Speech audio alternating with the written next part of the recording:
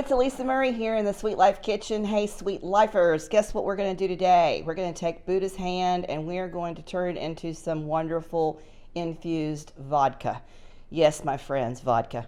It's just what makes the world go round. For those of you who've been tuning into the channel and watching all the martini talks, you'll understand. So we are going to take a wonderful fruit. I don't know if you're familiar with the Buddhist hand. We've been talking about it a lot on the channel. It's a combination of a flavor of lavender and lemon. It has just the most fantastic roots in terms of history. There's so many cool things about this. In the Buddhist religion and the Buddhist teachings, they give this as an offering, and this is meant to provide good fortune, which obviously we all need that right now, right? For sure. And also, it's used as an air freshener. It's been used in many beauty products. There's so many ways to use Buddha's hand, and so it's just delightful. It comes around in the fall. And it is pretty easy to find in the grocery store. It's very daunting though if you don't know what it is. And it's really nothing more than a very different shaped lemon. It's got some really cool, what looks like tentacles almost, and they're kind of gnarly looking, which is kind of groovy. This would really be a beautiful addition too, just to have laid out in your boards with cheese and fruits and nuts for the fall, just because it's got kind of a Halloween-y type feel too. So let's get started. It's a very simple recipe. You're just going to take your Buddha's hand and you're going to chop it up into strips just like this.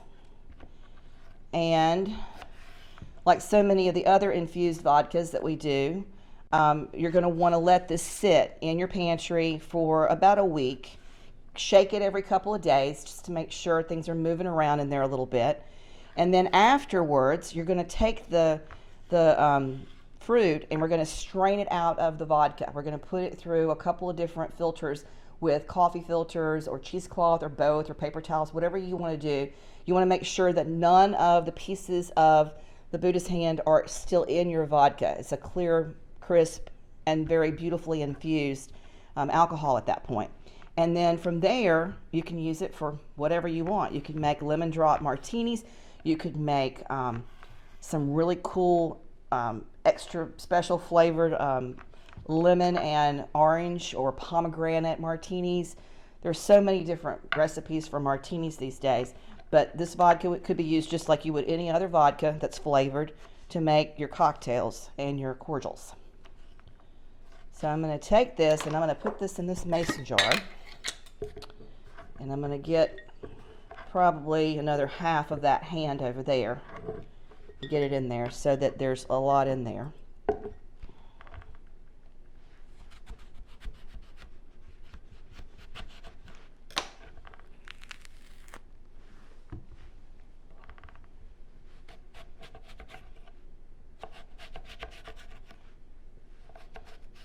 I love lemon. I just love lemon. Lemon is so good. There's so many different with the lemon.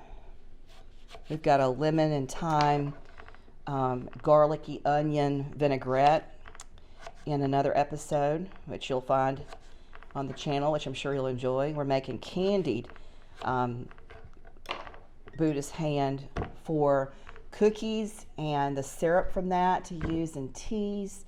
There's just a lot of cool stuff to do with it. The rest of this half of this Buddhist hand I'm going to use to make some beauty products and show you how to do that as well. But that's a different episode. So that's pretty good. I mean, that's just a good amount, about half of a jar. You stick that in there just for good measure. And then take your favorite vodka. Take the good stuff. This is not like when we're making vanilla. You want to take the good stuff because you're actually going to be consuming this and drinking this as a cordial or even as a main ingredient for one of your cocktails. And y'all know what I love, so I'm going to hide the label, but y'all already know what I love. So I'm going to take this and I'm going to cover all of the Buddha's hand with the vodka, the good stuff. My secret sauce. And then I'm going to put the top on it and I'm going to stick it over there in the pantry and let it sit for a couple of days. And then I'm going to shake it down and do it again. And then I'm going to taste it. And I'm actually going to keep tasting it to see. Love to taste my vodka. I'm going to keep tasting it to see when it gets to be the right amount of lemon that I want to have for my recipes, for my drinks. So this is really, guys, all you do. You just take that and then you just put the lid on it and stick it down in your, put it in a cool place, put it in a dark place. It doesn't need to be in the windowsill anywhere out in the main part of the kitchen. Whew. I think that the jar was happy to see that lemon and that Buddha's hand and that vodka go in it too, huh? It gave us a little pop. Anyway, I'll be back to you with this recipe shortly. I'm just going to go back and check, and then we'll make a recipe or 2 or 3 or maybe 4, I don't know, we'll see, with some different martinis with this beautiful Buddha's hand lemon infused vodka. So if you found any value in this, please do me a favor and like and share. Don't forget to ring that bell so that you're notified each week when some new episode is going to drop, either in the Sweet Life Kitchen or the Sweet Life Garden or another Martini Talks, which is every Friday night. We'll see you soon. Take care.